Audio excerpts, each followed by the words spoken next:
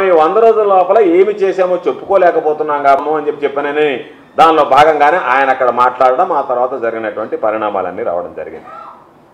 నిన్న జగన్మోహన్ రెడ్డి గారు హిందూ సమాజానికి సంబంధించి వెంకటేశ్వర భక్తులకు సంబంధించినటువంటి అతి ప్రధానమైనటువంటి సమస్య కాబట్టి దీనిలో వాస్తవాలు నిగ్గు తీర్చడానికి మీరు రంగంలోకి దిగి వాస్తవాలు ప్రజలకు తెలియజెప్పండి, ఎక్కడా దెబ్బతినకుండా వైభవాన్ని కొనసాగించండి అని చెప్పి ఒక లేఖ రాశాడు.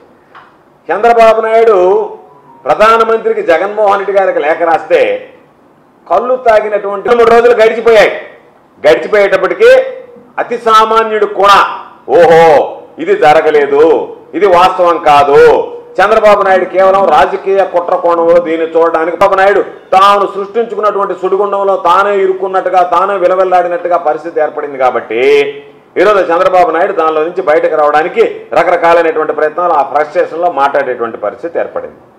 ఈరోజు దేవుడికి సంబంధించినటువంటి దాంట్లో ఏది చేయించాలన్నా ఒక భక్తుడుగా నేను కూడా వాటిని ఏమి తప్పు పట్టను, కానీ జరగరానిదేదో జరిగింది అనే వాటి మీద విచారణ నిష్పక్షపాతంగా ఎప్పుడు జరుగుతుంది?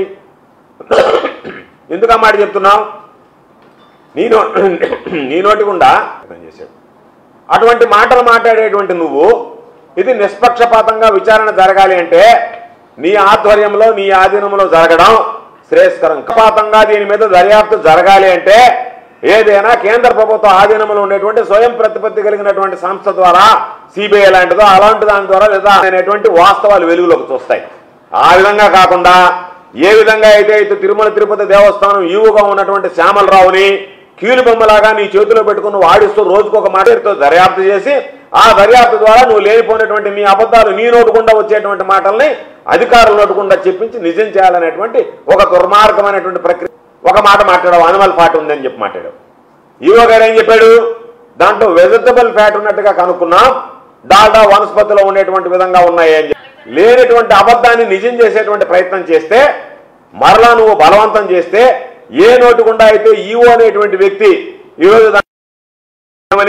ఇదంతా వెజిటబుల్ ఫ్యాట్ అన్నటువంటి మాట్లాడినటువంటి ఆ వ్యక్తి చేత మరలా ఎనిమల్ ఫ్యాట్ అని చెప్పి మాట్లాడించి ఈరోజు మా దగ్గర ఆధారాలన్నీ ఉన్నాయి. ఎవరు ఇస్తాం?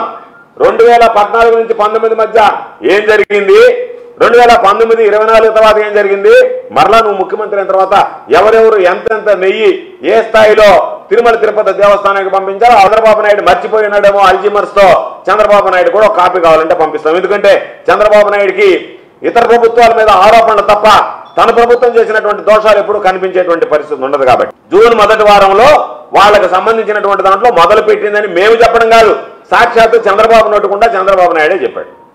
జూన్ మొదటి వారంలో అని చెప్తే ఈ వ్యవహారం అంతా జూలైలో కనిపెట్టారు. ఈరోజు తిరుమలకి సంబంధించి ఒక ల్యాబ్ ఉందా లేదా, ఆ ల్యాబ్లో టెస్టులు చేస్తామా లేదా, నెయ్యి మీద 2015వ సంవత్సరంలో నెయ్యి గురించి ఆరోపణలు వచ్చాయి. బహుశా చాలా మంది పత్రికల్లో కూడా వచ్చాయి, ప్రధానమైనటువంటి పత్రికలు కూడా రాశారు.